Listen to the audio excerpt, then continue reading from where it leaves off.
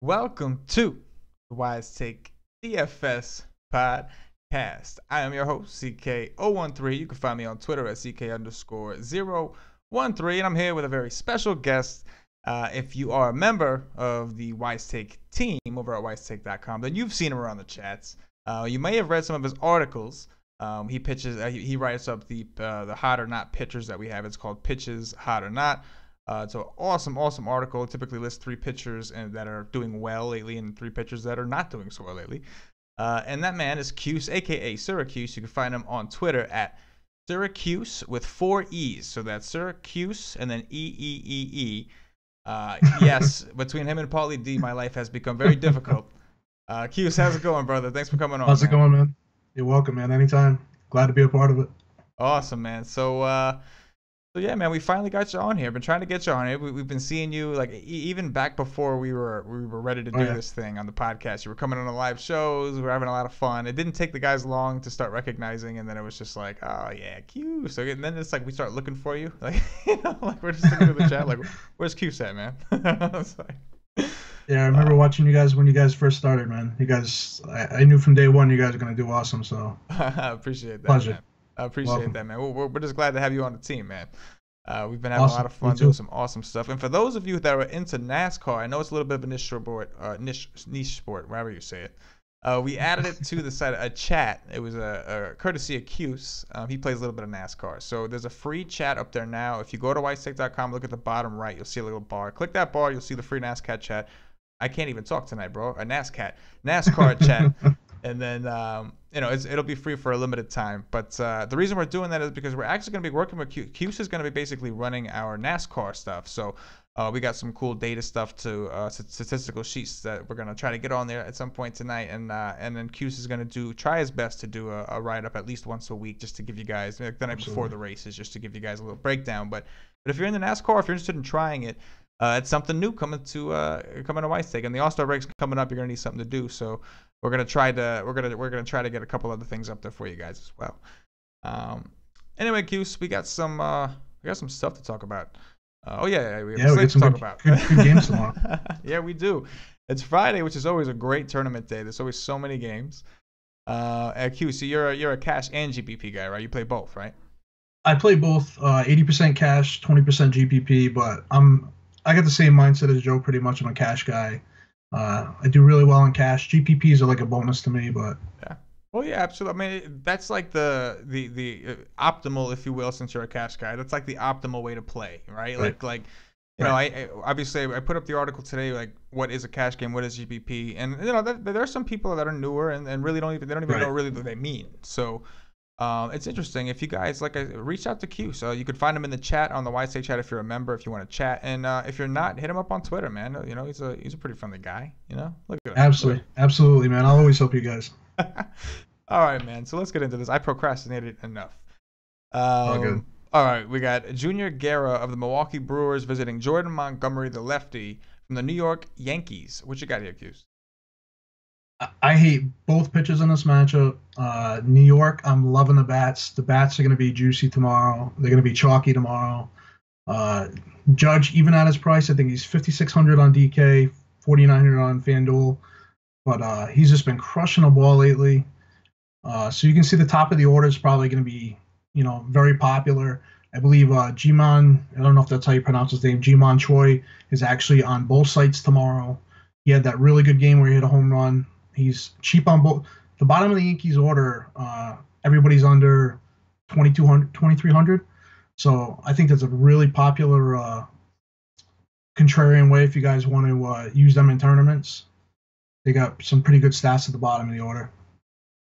Yeah, for sure, man. I think I definitely think the bats are very enticing here. The Yankees, especially against Guerra, he has not looked good lately, and he's supposed to be like one of their better young pitchers. And like he was when he first came back, he was kind of deceitful. It was like, oh, Guerra's back, and he's like, and then now we're starting kind of to see like more of what we saw last year, where it's like, yeah, he gets a couple strikeouts, then he gets rocked, and then That's it. So it's Yeah, his walk ratio is terrible. right. Looking at the stats for tomorrow, I think it's like 13.5, which is ridiculous. Right, absolutely. Well, what about this kid Montgomery? You don't have any interest in him? Uh, I'm not a big fan of picking on Milwaukee with a lefty. So A lot they've of been so righties. hot right now. Yeah, they've been so hot right now. That's not a team I want to mess with right Oh now. yeah. No, no, no. I got you for sure. I'm definitely with you with the Yankees bets for sure. And yeah, with Milwaukee, it's like yeah, it's a situation where like you might not want to pitch Montgomery, but you don't know because there's so many games. Like, do you want to go Milwaukee? Because 4.4 is like not bad. It's really not. But at the same time, it's like it's not great. So Milwaukee's one of those teams where you typically, unless like Thames is in an obvious spot or Braun's in an obvious spot, they're typically more of a stack it or leave it kind of team, right? Absolutely. Like if maybe a one-off with Braun or somebody tomorrow. Yeah. Yeah.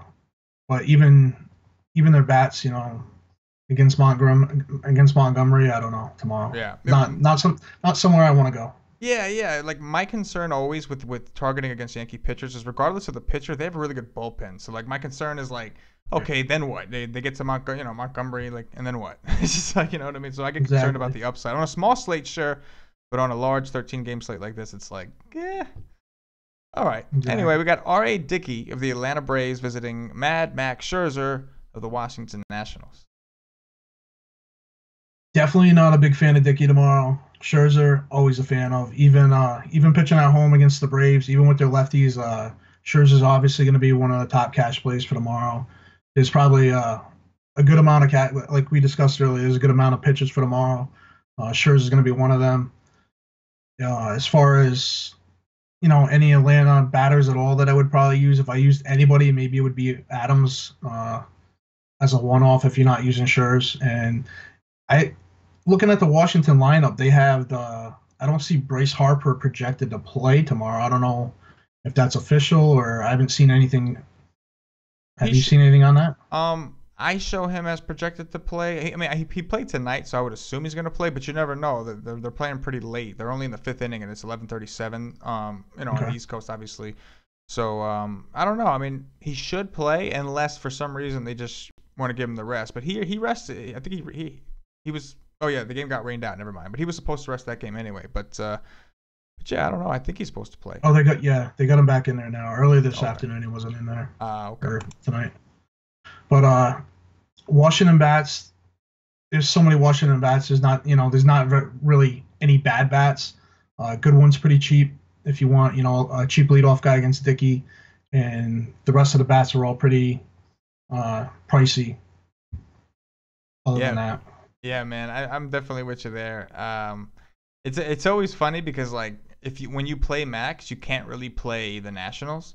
So like in tournaments, like fully, you can't fully. It's harder to fully stack them. Because like even like on FanDuel, like Rendon is 3.6 and he bats 6, and like he's not a bad player, but people don't typically like to roster him. He's like almost always under owned because he's batting 6. He's not like you think of third base, you got like Donaldson, you got like all these like sexy names, and like you got Anthony Rendon, and it's just like nobody ever gets excited. So typically when there's a Max Scherzer slate, I always try, and it doesn't always work. It's Max Scherzer, but I always try to find somebody cheap that I think that will match him. You're not maxing. Like your goal should not be to max. Like your goal should just be to make it up on bats, obviously. But I'll try to find someone cheap and then just stack his team. Just thinking like, hey man, well if they win, which they should, because Max is pitching, like nobody should have their offense. Of course, that comes with great risk. Anytime you're concentrating Mad Max. But I'm with you, man. He's obviously the top cash option. I don't see a reason to go elsewhere. I don't care who he's playing. He's Max Scherzer, and even if he gives up 3 runs, he's going to get 10 strikeouts. So it doesn't really matter. All right, man. We got Charlie Morton of the Houston Astros visiting Aaron Sanchez of the Toronto Blue Jays. For pitching, I actually have some interest in Morton tomorrow. When I was looking at him earlier, what was it that I liked about him? His ground ball percent was actually really, really well, and I figured, Toronto hasn't really been hitting the ball that great. I haven't checked out Morton's pitch types or any of that stuff, but he's definitely somebody I might want to have some exposure to in a GPP. Sanchez, not so much. Yeah, man. What about you? What's up with Sanchez? He has what, blister problems, or he's having finger problems? Like he was having a problem with I his have, hands or something, right? yeah, I have no idea. I don't know, man. Yo, man, we I saw can't him remember the last last year. time he pitched. Yeah, that's what I'm saying. Like he keeps coming back for like one game. He leaves in like 3 innings because he gets a boo boo, and then you don't see him again for like months. This is like the third time he's come Yeah. back this year, and it's a shame too because last year he had a pretty dominant year. Now don't get me wrong. I was kind of waiting this year. I was looking for that regression year, so I was kind of like waiting to like when nobody's gonna play against him, I'm gonna do it. The dude can't stay healthy enough for me to even do that. So it's just like, Exactly. you know what I'm saying? But yeah, I don't think I really have any interest in him against the Astros. Obviously, they're just not like, after injury, you have blister problems, whatever. Even if you were healthy, they're just not typically a team you want to target pitchers against. It's funny. Last year they struck out so much, and this year they're just not.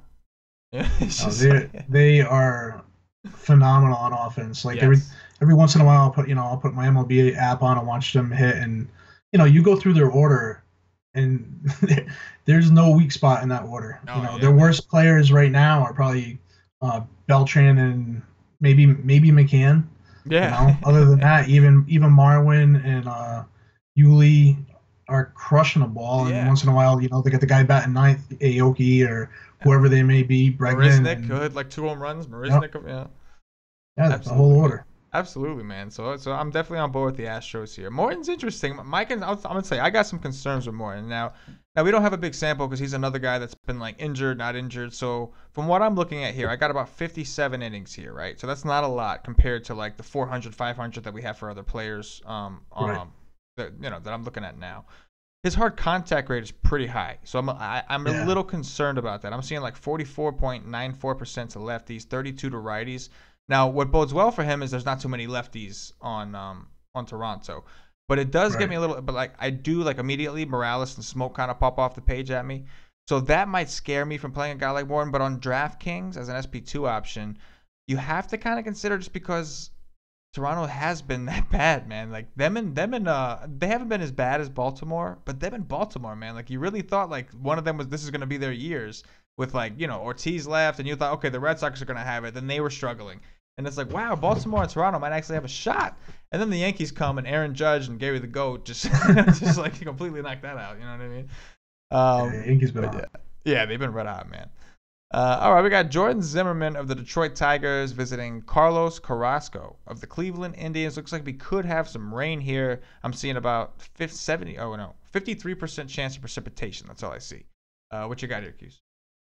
As far as pitching, I actually like Carrasco a lot. I got to dig deeper into it tomorrow, but he's definitely an option. Uh, I think with the amount of pitchers going tomorrow, he probably won't be. I won't be using him for cash at all, but I think he's a good GPP option, especially against a team like Detroit. As far as the bats go, I definitely like Cleveland, especially tonight. Watch them play; they mashed the ball tonight. They looking at Ramirez hit, the guy has just been spot on. I saw him tonight. He had like a 15, 16 pitch at bat, and he couldn't miss a ball, even if he was hitting a foul fair.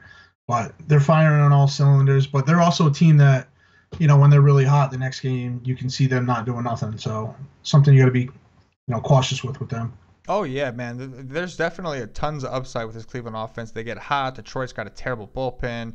They're home. Um, so it's certainly a great point. Now, as far as Carrasco, like I like his price at 9.5. He'll give you some flexibility, and he's been pitching pretty well this year. One thing I've noticed about him though is like I don't know why, but he's got some pretty crazy home and away splits. He seems to be like way better on the road. Like Yeah. if when his numbers pop out, obviously on the WiseTake model, those numbers already are split for you, most of them, like the Wobas and stuff. So it's already set up right now to show you his home numbers specifically.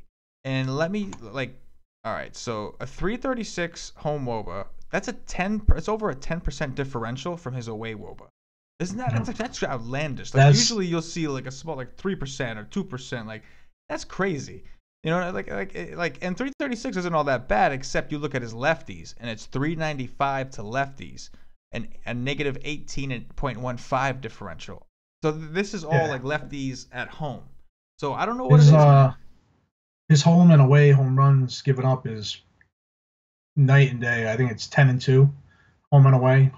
Like for home favor, runs, which is like as in less home runs when he's on the road. yeah. And he's got 9 away games. He's given up 2 home runs, and in 7 home games, he's given up 10 home runs. And it's So crazy because Cleveland's not even really like a hitter's park. It's just you know what you know what I'm saying. It's like it's kind of like they were not this year. The last few years, I think they were up there in the top 5 as far as hitting parks. Not this year though. for home runs specifically, or just runs in general. Runs in general and Oh, home runs. wow, no kidding. I never But looked at not Cleveland as like a this year. hitter's park. Oh, not this year. Maybe that's what it is. No, Yeah, okay. this year They're has about 16. They're like right in the middle of the road this year. yeah. I gotcha. You know, and that could be in part because Cleveland's got a sick bullpen. You know what I mean? Like, Yeah. because remember, like, yeah, a lot of it is the park itself, but a lot of that also, when you're looking at the numbers, that's also has to do with who the home team is and what their strengths and weaknesses are, because they're the ones who play in there more than anybody else. But yeah, man, it's crazy. It's like even his K upside slightly reduces when he's at home. I don't know what it is. Now I will say, if the Tigers put the same lineup they put out today, they had like what's his name, Presley, and they had like a couple other like then I'd have to consider him even though he is at home and I don't like to play him at home, because the lineup they put today was very strikeout heavy. I think their combined like hit percentage against righties is like 26 or 27% or something like that. So I doubt they will. You know, it seemed more of like a Band-Aid lineup, just like let's just throw it out there. But if they do, I'll have to consider it. But Their projected lineup right now doesn't look too bad, other than they got the typical top, and then right, if they go back to guys that at the one, bottom. right? If they go back to that one, then honestly, I don't know. I mean, the good thing is they're very right-handed, so obviously that's better for Carrasco. But yeah, man, I don't know what it is, man. I just can't like. When he's at home, he's just a 283 roll to righties at home isn't bad, but it's still 3.68% worse than when he's on the road. It's the weirdest thing. I don't understand. He must not like the mound or something. Maybe he's one of them guys. Like if he was like a wrestler, he'd be the heel. You know what I'm saying? Like he's just one of those guys that likes to be booed. You know what I mean? It's gotta be what it is. That's definitely that. We just figured it out. It's definitely what it is. All right, we got Drew Pomeranz, the lefty from the Boston Red Sox, visiting Jake Odorizzi of the Tampa Bay Rays. As far as pitching, I have some interest in both these pitchers for GPP, minimal exposure. Pomeranz, obviously going up against Tampa Bay, lefty. You know, you saw what Sale did tonight. Sale actually pitched pretty well. He gave a few long balls, which pretty much hurt him. Pomeranz is actually, if I remember right, I haven't looked at his stats yet today. He's been pitching pretty well. I believe, he's got, he's pretty consistent. He hasn't had any real blow-up games. So, with his price, I would feel safe using him. Odorizzi, the only reason I kind of like him is, what we were talking about earlier, that, Boston hasn't taken batting practice in 3 to 4 days. And, it's starting to show. Bogarts got hit today on the hand. He might not play tomorrow. So you never know with Boston. They've hurt me so many times this year, and recently they've had a few big games, but I don't know if I can trust them, even for tournaments right now. Yeah, man, I'm with you on both aspects of that. I'm with you as in like even though Sale had a great game. Let's not get it twisted. But you're right. He did give up a couple big home runs, and his team ultimately lost 4-1. Giving up four runs from Sale is not something you typically see. 2 home runs in one game is not something you typically see. No. So I wonder if that's going to scare people off of Pomeranz, because like I haven't played Pomeranz once this year, and I like the kid. The only reason I haven't played him is because it seems like every time Sale goes, then mini Sale goes, and everybody chases on Pomeranz. So I've been kind of waiting for that to like blow up, and it just doesn't really happen. Because like you said, he's been consistent. He gets the job done. He's not putting up Sale numbers, but he's getting it done. It's a tough act to follow, man. Like I always compare it whenever like you imagine like if a guy's throwing you like a 100-mile-an-hour fastball, and then the next guy comes in and throws you a 90-mile-an-hour fastball, like yeah, it's gonna be different, but then eventually it's like, oh, this is way easier. Like all of a sudden you can see that ball so much better all of a sudden, So, but yeah, man. Anyway, with that said, if people are gonna stay away from Pomeranz because they're like, oh well, Ramos hit a home run, he's gonna do it again, and Lomo got a hit, and then I'm going to want some Pomeranz. At 8.6, that's a great price against a team that, like, they had one good game against a lefty. They have some guys back. Borjos hit a home run. And Ramos is obviously, he's hit 2 home runs since he came back. They've been waiting for him. They got Plouffe now. So they did bring in some guys to try to change this whole lineup up. But I still have some interest in Pomerantz just because, like I said, it's going to take more than one game to kind of scare me off. But it is crazy how all just two players and all of a sudden they're super right-handed when they want to be. It's like the K upside with him is there with Pomerantz, and the other thing, I believe he's been really good on the road this year. Yes, absolutely. He had a few bad games up at Fenway, and I mean. Yeah. Pitching at Fenway, you're gonna have bad games. Yeah, most people do. Absolutely. Absolutely, you're 100% right. It makes sense when you look at a Boston Red Sox pitcher. You expect to see splits like that for sure. So that's a great point. As far as Odorizzi, yeah, man, I think he could be sneaky. I really do. I don't know if I have if I got the stones to do it. Like play him on like FanDuel over Scherzer. I don't know if I don't know if I can go with him. But it makes sense, man. You mentioned the Red Sox. First of all, we've seen them, and they've been fairly cold. Okay, in Texas, they turned it up a little bit, but they were against some really bad pitching, like exceptionally bad pitching. Right. Well, okay, they did get to the Darvish, right? Yeah, they got the Darvish. I'll give them that. That wasn't easy. But they had a lot of fun with that bullpen. Exactly. They probably got heat exhaustion before they got a chance to get out of there. As hot as balls down there in Texas.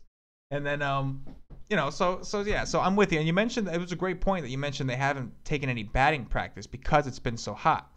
And you saw today, I was saying to you, Faria, I played Faria today. He did okay. He should have gotten rocked. He walked a couple guys. He wasn't getting any strikeouts. He probably should have gotten rocked. And I think a lot of that has to attribute to the fact maybe they didn't. Odorizzi is another one of those splits guys, man. He plays a lot better at home. His K upside's way greater at home. His WOBA numbers are all good at home. The only thing I will say that's a little bit alarming is his hard contact rate is starting to creep up there, specifically to righties. So that concerns me a little bit. So I still think there's merit, especially on DraftKings, to a guy like Odorizzi because of his price. But I will say, if you're going to target against him, if you do want to target against him, I would probably be more interested in some of these righties. Because this seems more like a spot where like maybe you can if you could finally maybe get the Red Sox a little less owned because you got the Yankees on the slate. We just talked about the Indians who went nuts today. So there's other options. Houston, they've been red hot, and Boston hasn't been. So it's like this for the same reasons that you can play Odorizzi is the same kind of reason that you could play Boston. Right. You know what I'm saying? Yeah. The one Boston bat that I love is Moreland. Moreland has just been. I played him so much this year, and his salary doesn't move, and the guy just consistently comes through, crushes right-handers home and away. Yeah. He'd be the one guy that maybe I would think about tomorrow. We're finally starting to see some of the Moreland we saw last year with Texas. Right. Dude, I played this dude all the time last year with Texas. He was awesome, and he like usually batted like kind of later in the order, so nobody would take him. He was like the Gallo of this year, man. It was like, well, I guess it's Texas, so I guess they're always gonna have one guy like that. But yeah, I've been waiting for him to heat it up, and he's finally doing it. That's always good. All right, brother. We got Ricky Nolasco of the Los Angeles Angels visiting Cole Hamels of the Texas Rangers. For pitching, I have no interest in Nolasco, and Hamels, I actually have, as much as I can't believe I'm saying it, I have interest in Hamels. He's looking at the Angels numbers versus lefties, it's just terrible. There's only one guy that I'm really interested in tomorrow, and that would be Yuniel Escobar. He's got a 430 OBP and 80 at-bats versus lefties. He'd be the only guy that I think I would even consider rostering. So I think there's some upside to taking Hamels. I'm not sure what his pricing is. I haven't looked yet. As far as Texas bats, Texas there's not really a bad bat. The only guy that I don't really like in the Texas order tomorrow is Profar if he plays. They had him projected earlier. I don't know if he's still in there. Oh yeah, man. I think Hamels he's pretty cheap on FanDuel. He's like 8.9, which for him is cheap because like we've been seeing him in like low to mid 9s. So that on FanDuel that is pretty cheap. My concern here is one, it's Texas and it's the middle of the summer, so it's gonna be 93 degrees. It's gonna be hot and 48% humidity, which is kind of high for them. Not high enough to really make a difference. That was more of like an off-topic, like, oh shit, 48%. I used to live in El Paso, Texas at one point, so like, it's dry, man. It's dry and it's hot, man. I'm not from there. I only lived there for a year, but it's hot, man. Anyway. Yeah, a lot hotter than here. Yeah, man, a lot hotter than here, man. And so anyway, my problem with Hamels is when he was up earlier, his swinging strike rate was alarming. Now he wasn't up very long. I understand that, but I forget. I want to say it was something really. I think it was like 7.5 or something like that. Like this, not like his numbers. Like So that scares me a little bit. I want to see more from him. I want to see that he's getting something back because, yeah, I think it was like, okay, over the last 2 years, he's averaged a 12% swing and strike rate. In 2017, I'm seeing 7.5. That's like, that's what I was gonna say, 7 something. That's like, yeah, whoa, it's not very like, good. Yeah, so that scares me. On top of that, the Angels don't strike out a ton. Like they're not a very like good WOBA team. Don't get me wrong, but like they don't strike out a ton. And like they're very like they're very right-handed. I mean, if Valbuena could play, Rivera could play, of course, but like you could usually see them with the guys who expect to do well, like Maben, Pujols, Escobar, like you said. Maldonado, who's capable, he's got double dong upside. Like these guys, yeah, like they're super cheap too. Yeah, super. You know, I think they only got two guys over 3,000. Yeah, man, that's pretty pathetic. Maldonado is free. It's a guy he's capable of hitting 2 home runs. The dude's 2.1, man. They're practically paying you to play the guy, man. So, yeah. But yeah, I think the bets on both sides for sure definitely interesting to me because. Don't get me wrong. I also like these Rangers. They're starting to heat up. We love playing their lefties anyway. Like, those are the favorite guys to play on the Rangers. It's always like Chu, Mazzaro, Odor, and Gallo. I love playing the lefties over there. Man. Exactly. Even though it's been the righties really tearing it up. I mean, Odor's starting to heat up too, but like Andres and Beltre, Gomez, man, those guys, and Napoli, those guys have just been lights out lately, man. Unreal. But yeah, I love the bets. All right, man. Should be juicy. Oh yeah, we got Kevin. Gausman, we like to call him Kevin the Gas Can Gausman, visiting Felix Jorge of the Minnesota Twins. Yeah, never heard of him. Yeah. All right. I don't know. I don't know much about Jorge. You know, I looked up some of his stats earlier, and you know, it just looks terrible. Gausman, terrible. I like bats from both sides of this game. Tonight, I believe, it was somewhat a decent scoring game. When I looked, it was like 6-3, 6-4. So. I expect that trend to continue with both these pitchers going tomorrow. Both bats tomorrow, they're fairly cheap too.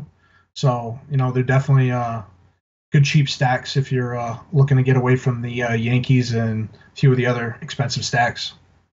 Yeah, man. You know what? The funny thing about I can't say his name today. Kevin, we'll just call him Gausman, is that he's in a. Even though he pitches in Baltimore, which is a known hitter's park, you would expect him to have better away splits. He's actually got better home splits, and like by a decent amount. Not that he's like great, but like we've seen flashes, and like this is a kid that they expected they had high expectations for him. Like they really thought like he throws hard, he just can't get a lot of movement on his balls.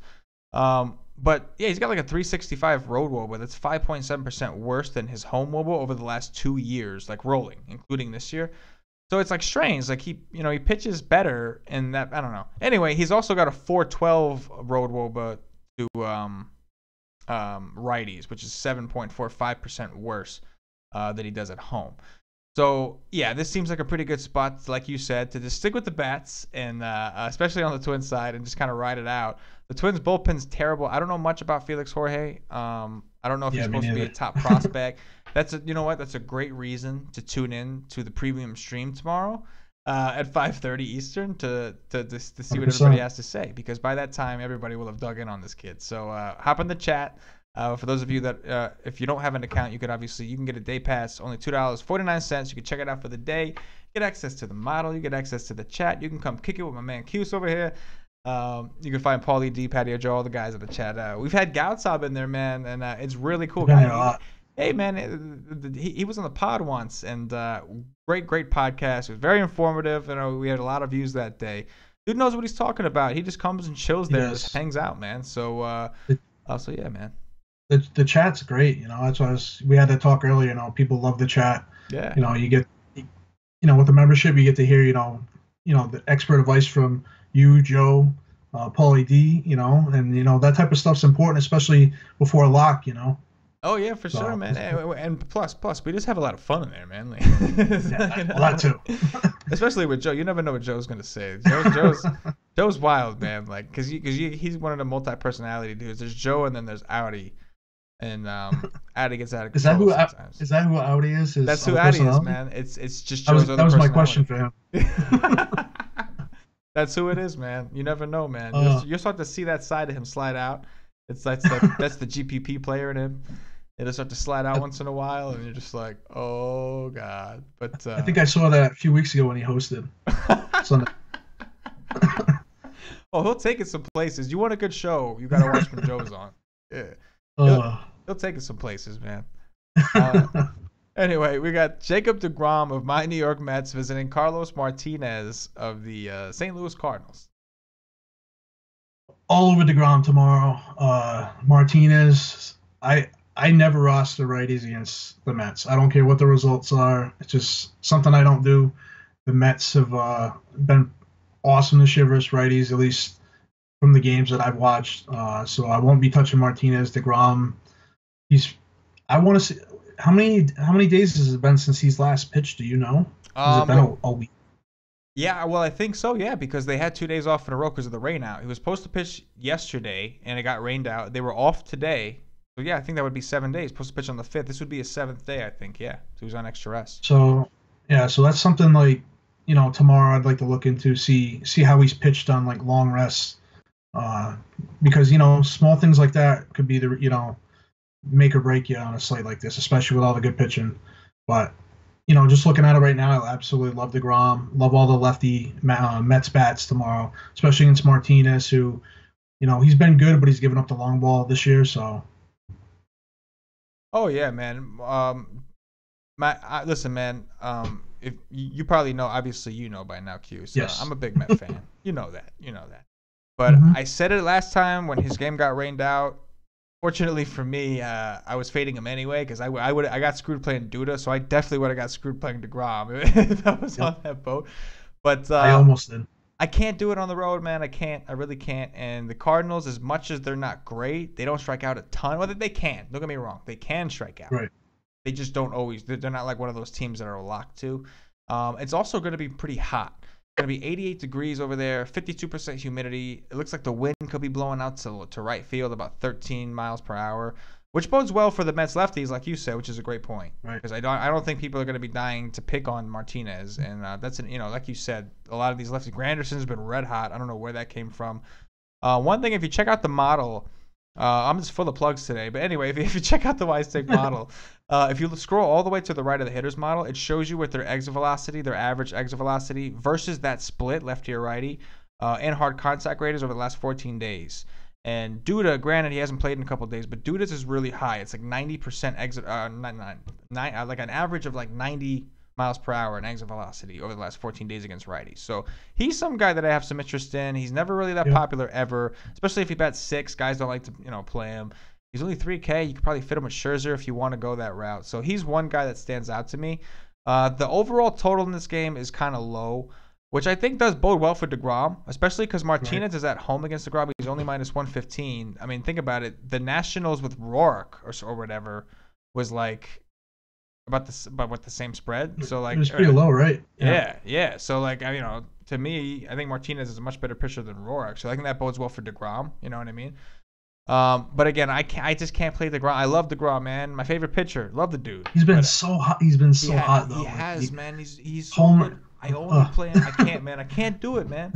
I can't. I missed the boat the day that he played in Pittsburgh. I missed the boat. I didn't play him. He ended up putting like 52 or he had some crazy game.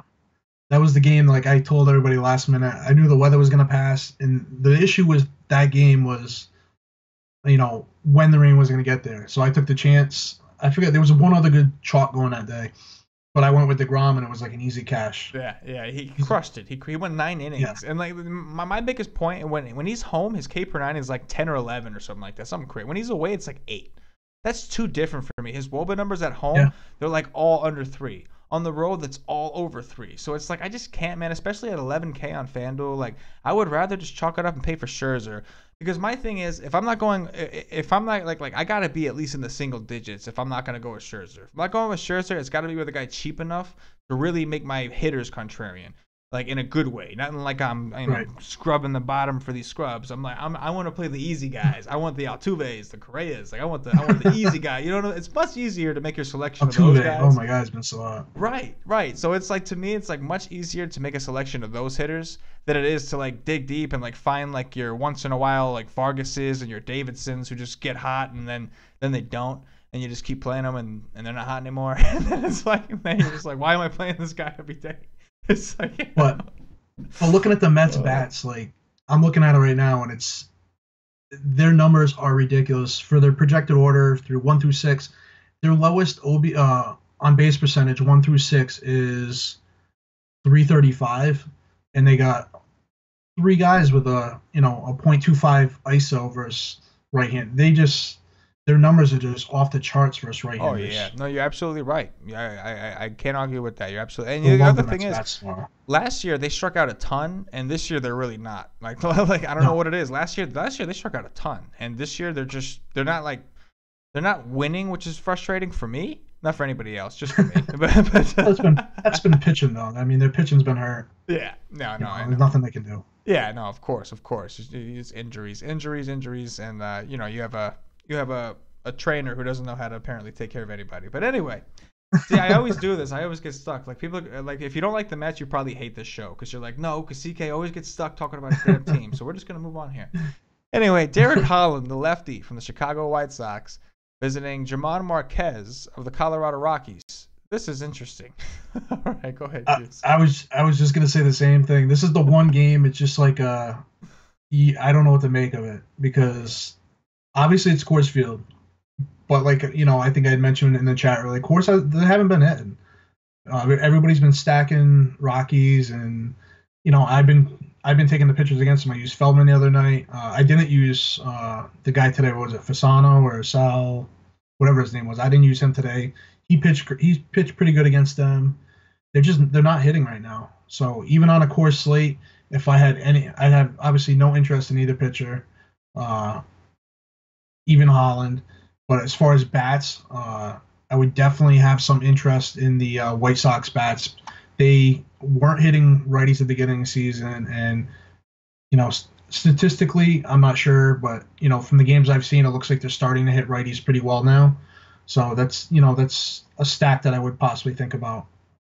Yeah, man, they definitely have, and the reason I know that is because I have been targeting against them lately with righties, and it has not been working out so well. Oh, same here. Same here. So I'm finally starting to, because for a while they were so bad that their K rate was showing up as like almost 30%, and I'm like, oh yeah, they suck. And then all of a sudden Frazier figured out how to swing a bat, and and then Abreu too, and of course Davidson just got red hot. But yeah, man, going to your point about the Rockies, they have just been ice cold. I was gonna play the early slate, and I was gonna stack the Rockies, and I'm like, I'm being super smart right now. And then I went and I looked at the model, of course, and I saw what their xOBAs were, and it's pretty bad, man. It's pretty bad. Yeah. I think Trevor Story is like in the 2s against. Now listen, that was all against righties. I'd be curious to see because I don't think they've had like a bad lefty in a while, and I think a Holland would classify as a bad lefty. Right. So it's interesting. This is a spot where like you got to feel out the ownership, right? Like I think that Right. I think that if you get a feeling that people aren't interested in the Rockies because they've been so terrible and they're gonna go and they're gonna pay up for Scherzer, then you might have a case because there's already a bunch of other teams that we talked about that I think people might prefer to play over the Rockies right now. How many? There's a lot of protected high totals, and we talked about a lot of really good hot offenses. So I wonder, that's the whole point. That's the whole game theory. Like that's the whole name of the game for tournaments, right? Is we got to figure out if they're going to be popular, and if they are, we got to go away, and if they're not, we got to jump on it because it's still Coors. It's not like Coors hasn't been what it has been in years past, but you still got to respect. It really hasn't. You're right. So it's kind of it's been overinflated, but you know what's going to happen? It's going to be finally everybody's going to stop playing Coors, and then for like a week straight, it's going to be just 20 runs. Like it's just like I in cash I love it because I look at some of these guys and they roster 3 to 4 different Rockies, and I've been doing the opposite, and that's part of the reason why I've probably been cashing in. Yeah. The last week or so. Oh yeah, like one of my favorite times to play cash is on a Coors slate because it's more easy to navigate the field. You kind of know who's gonna be chalky. So like if Arenado's in a good spot, but you have a feeling he's gonna bust, if you can't find another third baseman and you can afford him, you can take him because if he busts, 80% of the field is gonna have him. But yeah, exactly. But at the same time, you know very well that 80% of the field is gonna have him. So if you don't want to take him, you don't have to. So it's like to me, it's just so much easier to you kind of in cash games, you kind of already know what the deal is, So it's like I'm with you. I'm with you there, man. Well, what about the White Sox offense? What do we do here? Like I know you mentioned like they've been kind of getting together against righties, but like it's tempting But it's like, My biggest ugh. my biggest issue with the Rockies, and it's I play both FanDuel and DK. Depends on the slate, which I usually only play one a day. Depends on the pitching. But my problem with the White Sox on both sites is there's too many of the same guys that play too many of the same positions, and I can't Oh, fit them together. You frustrating. know, like Yeah. yeah, like Abreu and Davidson. Yeah. So I think they're first baseman on one site, and then on the other site, Frazier and Davidson are both third basemen. So it's hard. It's hard. You can't get that stack in that I want. So usually with them, I usually, unless it's a real short slate where I can stack the entire team, I'm usually just doing a mini stack of 2 or 3 guys with them. Because that's all you could do. Right. But I mean, as far as their numbers, their numbers are. It's tough to tell because I'm looking at the season, and it's you can't really go by the season because they've been heating up lately. But Abreu has been super hot. Yeah. That him, Garcia, and Frazier. So Yeah. No, absolutely, 100%. Definitely. It's gonna be interesting tomorrow, but we'll dig in. We will be talking about it in the expert chat, the live stream, and all that stuff. We will be, because we got to figure this stuff out. We got to really dig in. All right, we got Tim Adelman of the Cincinnati Reds visiting Zach Greinke of the Arizona Diamondbacks. No interest in Adelman. Greinke, he's in between right now. I've been all over Cincinnati bats since the beginning of the year. I always have at least one stack with him every single night. I know Greinke, I believe his home splits have been really good, not looking at the numbers. So I want to dig into that more, but Greinke might be an option tomorrow. As far as bats, I love both bats at Chase Field. Chase Field's great. Both these teams Arizona hasn't been hitting, but every time they go home, it's like a light switch gets turned on. So Cincinnati and Arizona, both sides for bats. Oh yeah, man. I'm with you. I love playing these Reds. And listen, Greinke's having another one of those. Like, he seems to be back to like the Greinke form of the Dodgers. Like, obviously not quite, but that's you got to give him some credit. He did choose I don't know why, but he chose to pitch in Phoenix. So that's. But he's been doing good. He's been doing well. Yeah, he has. He's absolutely been doing well. Still at home over the last 2 years, averaging an 8.29. That's a number that came down, obviously, ever since he decided to go to Arizona. But his WOBA numbers are under control. They're very good. They're all under 3, which is impressive considering where he plays. We got to give him that. And it seems like he's been very, I guess, self-conscious of the altitude there, because his hard contact rate is significantly lower at home, which means he's being more like, he's not trying to pitch to contact. He's going for the strikeout. Like, he's like, you know what I'm saying? Like, swinging strike rate this year is 13.9%. That's pretty good. Especially like I said, when he's at home, he's going for the K. Problem is Cincinnati don't strike out a ton. And the way Greinke pitches, it's like if he's not striking you out, then you have a decent shot at hitting it pretty hard. And we know where they're playing. You mentioned that, so I think I'm with you. I think this is a place bats in general, like you in Arizona, man. They've been terrible, but like you said, when they're on the road, they're just a different team. I'm telling you, Phoenix at Chase Field is becoming the new Coors. It's like Arizona's the team when they're home. You play them like everybody used to play the Yankees. Yeah. They call it Coors Light. That's what it is. Coors Light. Yeah. That was something that our buddy Matt came up with, Coors Light, and we stuck with it. I like it. I'm not a beer guy, but only because I'm like half allergic to alcohol. but I got to take like a Zantac before I drink. It's so annoying. But Greinke hasn't lost at home yet this year. If I that's impressive, man. Right. He's 8-0, I believe. I think you're right. I'm pretty sure you're right. He's had a really good year. So I'm with it, man, and I'm with it, man. I'm with you on the Diamondbacks offense for sure too. So we've talked about all these stacks. I think ownership's going to be kind of wide open for the bats, right? Yeah, I don't think ownerships for bats is going to be any issue. Yeah, I still think the Yankees, because of the market, are still going to be the chalk. And that's the thing, man. You're a Northeast guy like me. I'm over here in Jersey. So me and you are both in the Northeast, and neither of us live in actual New York. And let me ask you, how many Yankee fans are you surrounded by? You know what I'm saying? It's 50-50 Red Sox and Yankees for me. Red Mets Sox is maybe like 10-15%. Yeah, you get a little Mets love. Yeah. There's not too many of us, but yeah. To your point, the Yankees are just nationally popular. People just love that team because they won so much back in the day, and they're just they have so much history, and So yeah, they're gonna be chalk, especially when you give them like what are they projected for? 6 runs. They're gonna be chalk. It's like, you know what I'm saying? Especially against Guerra. Yeah, against Guerra. Oh yeah, and at home. Oh yeah, yeah. You hit it right on the head. All right, we got Jason Hamill. Go ahead. Go ahead. Have you seen who's batting fourth for Cincinnati right now? What they have projected batting fourth? Duval? Nope. I don't even see. Did they? Let me see if they switched the lineups yet. They had. I don't think Duvall was even in the lineup for tomorrow. 1 second, sorry. Yeah, no problem. Yeah, Duvall's not even projected in a lineup tomorrow. They got Scooter batting fourth, and they put Cozart second. Oh, that's right. Cozart's back. Oh, yeah. So they got Hamilton, Cozart, Votto, Gannett, Suarez. I don't know why they don't have him projected in, but you know what? He's not in. I'll bet you, if anything, I think they have Peraza projected in.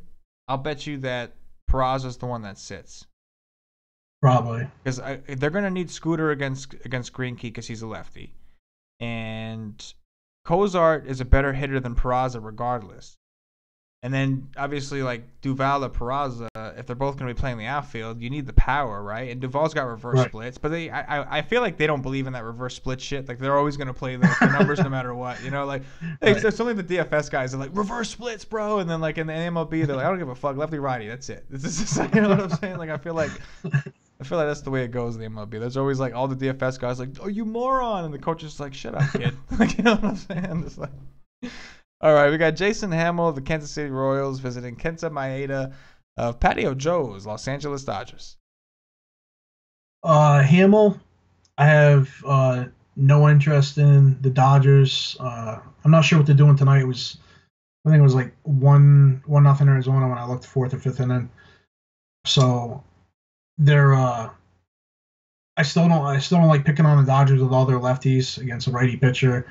And Maeda has been pretty good lately. So, you know, lefty going up against the Royals. The Royals actually have some decent numbers, but Maeda's, I think his hard contact is extremely low. And I like him against the Royals tomorrow. And I like the Dodger bats. KC bats, maybe, you know, a guy here or there, but there's not anybody that stands out to me. Maybe besides, especially Moose, they had him projected batting 6. It's too far down for me. Oh yeah, man. Yeah, you hit it right on the head with Maeda. Even though he's a guy that I don't roster all that much because I get concerned about the whole Dodger pitch count things with him. I definitely don't like targeting against him because of what you said. His hard contact rates are always low. His stuff moves enough. He knows what he's doing enough. He's a good pitcher, so he's not somebody I want to pick on, especially not with an offense that. Okay, lately they kind of got it going, but you look at that roster up and down, and they're just not like a team you're excited about rostering. Right. So then even if he comes out of the game early, you got the Dodger bullpen, which has been pretty phenomenal this year. So. Great point. That's a phenomenal point, man. I always talk about those bullpens because it makes me sound smart, and you just beat me to the punch. So props. Appreciate it. I'm trying to look up Hamill a little bit here. I just want to see what his hard contact stuff looks like. I can't stand Hamill. Season. Oh, if you have it for the season, what is it on the season? His season hard contact is at 28.6, so that's actually not too bad. What is it? One of the better. What do you see in the lefties? I don't have the righty lefty splits. Oh, okay, you don't have the just have season, yeah. I'm showing over the last 2 years a 34.3% hard contact rate to lefties. So it sounds to me like this year he's just doing better this year. You know what I mean? So that's not something I'm crazy about. But I will say, obviously, that the Dodgers have a ton of really powerful, awesome lefties. And the Royals have a bad bullpen behind Hamill. So if they can get to him, and it's going to be 87 degrees, which is pretty warm out there in LA. So, like, I don't mind the Dodgers. I think I might have some interest in the Dodgers. I'm going to be honest, though. I'm kind of a Hamill hater. I never really liked the guy. Going back to when he was on the Cubs and, like, he was having, like, that dominant year, it pissed me off so bad because, like, I was starting to get into, like, BABIP really, like, a lot that year. Like, I was really interested in the stat, and I was, like, using it and writing all this great stuff about BABIP. And his BABIP, like, halfway through the season was, like, 190 or something like that. So I'm telling everybody, like, this is luck. It's all luck. And they're laughing at me because he wins. He wins. Dominant. It's all luck. It's all luck. Finally, about halfway through the year, I was proven right, and he lost, like, his next 6-7 starts, started getting rocked. And ever since then, I hated the guy. And that's my Well, story. we hate Cubs. Yeah, Everybody hates Cubs. Oh man. All right. I think we just lost half our viewers. I'm just kidding. I like Madden, but I think he's a great manager. Oh yeah, no, for sure. We just like that fun here, man. I'm just joking. All right, Sean Manaea, the lefty from the Oakland Athletics, visiting James Paxton of the Seattle Mariners. I actually have some interest in more Manaea for GPPs. Minimal exposure, have him in maybe one lineup out of 20. Paxton, I think, is a viable guy for cash tomorrow. I got to look at his prices, but I'm not sure. Assuming that they'd be, he's not off the charts. He's 9.2 on FanDuel. Yeah, so he's 8.5 on DK, which is what? If you pay up for either Scherzer or DeGrom and you get Paxton as a DK2, oh yeah, you still have a lot of shots for for bats. And ever since he came back from the injury, his last 3 games at least, looking at DK points, he's been pretty consistent. He's getting anywhere an average of 6 innings. His earned runs have been up a little bit. He gave up 7 in his last 3 combined in the K's. So, but against Oakland, a team that strikes out a lot, I think he's going to be all right, and he's going to be a safe play. Oh yeah, man. I've been talking about lately Chris Davis's ISO versus lefties, and Goutsop was talking about it the other day in the chat. It's terrible, like pathetic. 123. Like, oh yeah, and like for Crush Day, he just hit a home run today off a righty. So he's just one of those guys. The reverse splits is a real thing for him. And like what? Some people are saying they don't understand how that could happen, and I'll tell you how.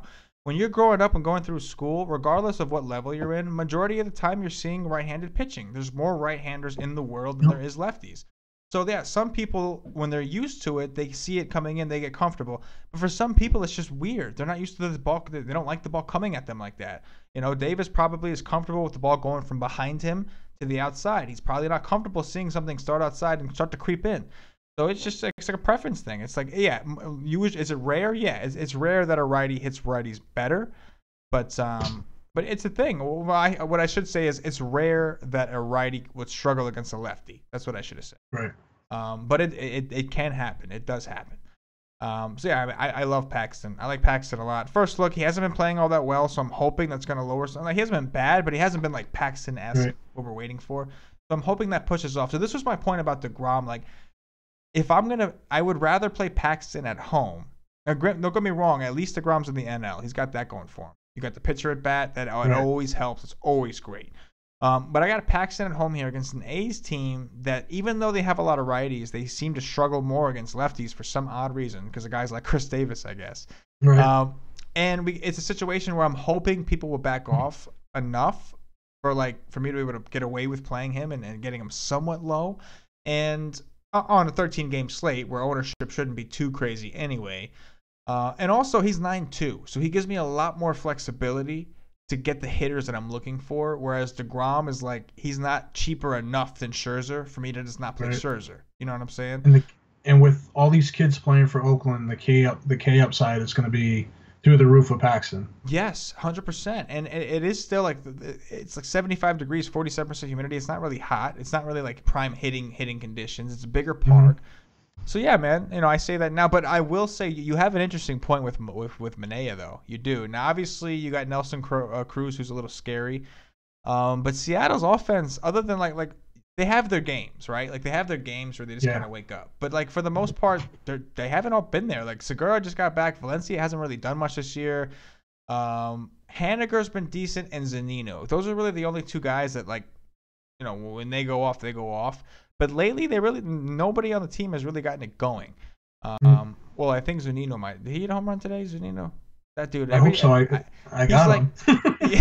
He's that guy where every time I talk shit about him, he does some good. Now, I don't talk shit about him much, but I feel like whenever I say anything about Zunino bats 8th, and then I find out the next day it's a home run. He's one of those guys. So I'm gonna watch what I say. Keep talking about him. I think they got a few innings left tonight. There you go. He's terrible. Segura and Cruz have some pretty good OBP versus left-handed. So if you're looking for a one-off or something, Oh You got yeah. those two guys. They're both over 400. Even a mini stack, we know Cuse is a monster Yep. to left-handed pitching. So, Yep. I love Paxton, man. I think, well, right now I do. Me too. We'll see what happens tomorrow. Till tomorrow. Yeah. All right, we got Dan Straley of the Miami Marlins visiting Matt Moore, the lefty from the San Francisco Giants. Our last game of the night. Take us home, Cuse. I have no interest in Moore at all. I'm a Giants fan. They're terrible this year. Moore has been absolutely atrocious. Straley, I like Straley, but it's mentioned every day. San Francisco doesn't K a lot. So if they put out a crappy lineup where you can get a little more K upside, I'd like Straley a little bit more, especially on a slate where there's better options. As far as bats, I do like some of the Miami bats, even in San Francisco. If you look at Stanton's numbers are through the roof versus lefties, and then even Bauer's crushed lefties this year. He's a reverse splits guy, and Ozuna, I believe, hit pretty well tonight, so maybe he continues that tomorrow. He's also another guy that hits lefties. San Fran for bats, there's not too much that I'd feel comfortable in. I've been playing a lot of Span lately, and he maybe if you needed to save salary, you go with either one of the young kids they brought up that's batting down at the bottom of the order. But I love San Fran, and I wouldn't play any of these guys. Yeah, man, it wasn't easy for me to say all that mean stuff I said about my man DeGrom. But hey, we got to give the people what they need. We got to treat them right. We can't just be homers and play our guys. So I respect it. You hit it right on the head. I have a lot of interest as of now. Listen, am I excited about a 4.1 projected total? No, but for San Francisco, that's not bad considering we've seen a lot of deflated totals in this ballpark. Yep. And the most important thing is Matt Moore is a fly ball pitcher and a home run pitcher. And like you said, it's not just regular home run hitters. It's Giancarlo Stanton, Marcelo Ozuna, Justin Bourt. These guys have serious power. It's not okay, yeah, he plays in Milwaukee, so he hits 3 home runs. This is like, first of all, these guys play in Miami. Second of all, they're just strong guys, especially Ozuna and Stanton. So at the very least, I'm interested in the mini stack here. Both their ISOs versus lefties are .370, 370. Insane. Versus lefties. Just insane. I'm with you, man. I think that the Marlins bats could be sneaky. I know it's Matt Moore and people know he's bad, but people really don't like taking hitters in this ballpark, and I normally don't either. But Miami, like I said, if it's the right guys, if it's guys that really have the power, I'm not worried about them striking out against Matt Moore. You know what I'm saying? So if they're gonna make contact, and they're expensive, 4.2 and 3.9 on FanDuel, people aren't gonna pay for that in that stadium. No. Not when you can get Springer for the same price in a matchup that's decent on paper. They're not gonna do that. So I think you hit it right on the head. I think Miami. I'm gonna have to remember that, write that down, because I end up not listening to these podcasts, and then I was last night I was all over the Indians, and today somehow they fell out of my cart. I guess I don't know. But anyway, Cuse, man, I appreciate you coming on the show, man. That was a blast. I appreciate being on, man. Thanks for asking me. Awesome. So before I let you get out of here, we're gonna play a Dong Watch real quick. You got to pick a guy in the 4K range on FanDuel, 3K range on FanDuel, and somewhere already in the 2s on FanDuel. So it's not too hard, but you get the first pick, Cuse. Go for it. Put you on the spot. 3, 2, 1, go. Was it? It's got to be under 4K. First guy's got to be 4K or higher. Second guy's got to be 3K or higher, and then the third guy's got. I'll just say I'll go Stanton then right off the Oh bat. yeah. Oh no. I should have just. There's no way around that. I'll go with Nelson Cruz. All right. So 3K or higher. I'm gonna go out on a limb and say Brett Gardner. Oh wow, yeah, I like that. I do. He's one of those Yankee guys people often skip in the stacks. You know, they kind of forget about him, but he's like the leader of that team right now. Yes, sir. I'm gonna go with Ozuna to hedge against your Stanton call, because I think one of those guys at least is going yard. All right, 2K or higher, my man. I'm gonna go with Max Kepler. Oh yeah, that's a nice one. A good one. You're on the ball, man. Next time you're on this podcast, I gotta be prepared, man. Gotta watch out for good old Cuse. Gotta watch out for him. Yeah, there you go. All right, so where am I at? Oh, we're at the 2s now. Okay. Yeah. Give me. I'm gonna go with David Peralta He's 2.9. He barely makes the cut. But I'm going to go Peralta against Adelman. I'm with you. Arizona always seems to play better at home. All right, guys. About Arizona. If you see that, I forgot about the Twins. So there you go. Listen, if you're watching on YouTube, please click that thumbs up. That like button means a lot to us. Subscribe to the channel. If you're listening on Podbean, give us a follow. If you're listening on iTunes, obviously subscribe to the channel. Give us some 5-star reviews. Bump us up those charts. We really appreciate you guys watching, listening, whichever format you're on. Also, if you're not a member of WiseTake.com, please get there right away and sign up. All of our membership plans. If you want to try it out, $249 for the day pass. You can try it out for a week at $14.99. We recommend signing up for a month at $29.99. It's obviously the best value. But sign up. We're bringing some awesome stuff. Cuse is always in the chat. I'm always in the chat. We got Godsop sometimes in there. Special guests. You never know who's going to be in there. We got a lot of buddies out in the DFS industry, and they pop in from time to time just to hang out and talk some DFS. So don't be shy. Head over there. Sign up. You could, like I said, you could try it out with the day pass if you'd like. But we got a lot. We have a great team, solid team. We got some new guys on the way that you'll start to see some of their stuff soon. And like I said, you can. Oh yeah, don't forget tomorrow we have the premium live stream at 5:30 p.m. Eastern. That's for members only on the WiseTake Live page. And we're gonna try to have myself, Paulie D, and Patty Joe on the show. We're gonna see if we can get that to work. So don't miss it. And anyway, don't forget about the NASCAR. Oh, the Don't forget about the NASCAR. Yes, that's right. My man Cuse here, who I'm on the show with. We're gonna be trying to get some of that NASCAR stuff overnight tonight, so that it'll be ready for you tomorrow. So be on the lookout. Cuse, why don't you tell them about what we're gonna bring them here on the NASCAR side? For the NASCAR, we're gonna be having a stat sheet where it breaks down past performance, past track performance, recent performances for the season stats. Pretty much breaks down all the important information that you need as far as the NASCAR race. If you're not familiar with NASCAR, maybe, I can work on maybe, having some sort of, because a lot of guys that don't play NASCAR, they don't understand the point system maybe, but it's really not that difficult. I watch all the races, but it's, for DFS NASCAR, it's basically strategic stuff. If you understand the point system, it's not that hard. So in addition to the stat sheet, I'm going to try to do a write-up for, I believe this week the practices and the qualifying are tomorrow night. So tomorrow night I'll have the article out, or first thing Saturday morning.